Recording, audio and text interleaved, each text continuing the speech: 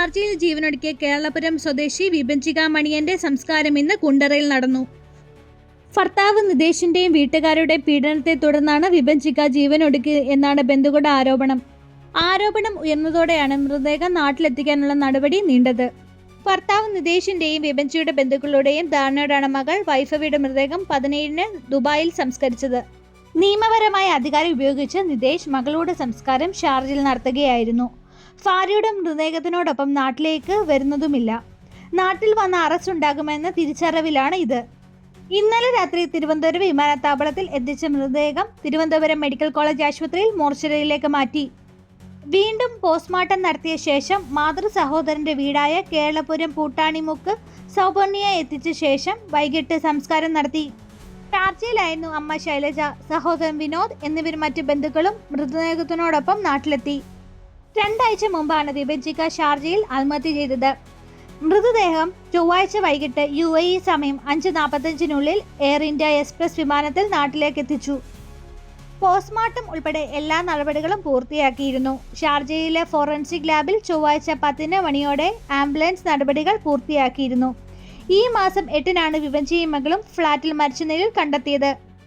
വിഭജിക സമൂഹ മാധ്യമത്തിൽ പോസ്റ്റ് ചെയ്ത ആത്മഹത്യക്കുറിപ്പിനെ വഴിയാണ് ഭർത്താവ് നിതേഷ്, സഹോദരി നീതു, പിതാവ് മോഹനൻ എന്നിവരിൽ നിന്നും കൊടിയ പീഡനങ്ങൾ നേരിട്ട എന്ന വിവരം പുറം ലോകം അറിയുന്നത്. നിതേഷ് വിവാഹമോചനത്തിന് ശ്രമിക്കുന്നുണ്ടെന്ന്, അത് നടന്നാൽ ജീവിച്ചിരിക്കില്ലെന്ന് വിഭജിക അമ്മയോട് പറഞ്ഞിരുന്നു.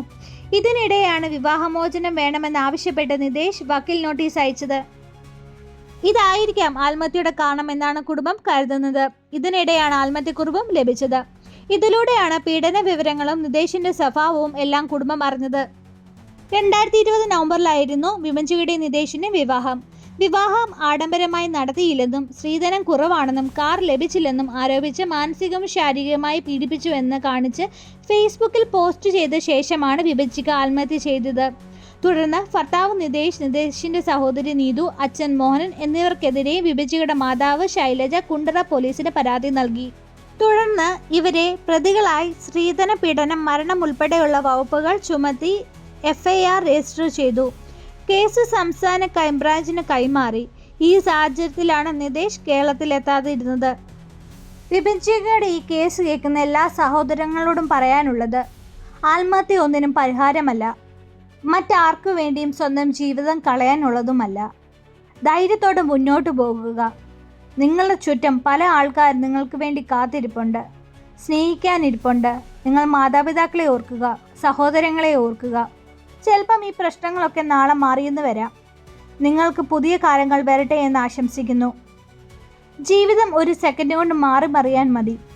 അതുകൊണ്ട് ആത്മഹത്യയിലേക്ക് നിങ്ങളൊന്നും ചിന്തിക്കുക പോലും ചെയ്യരുത്.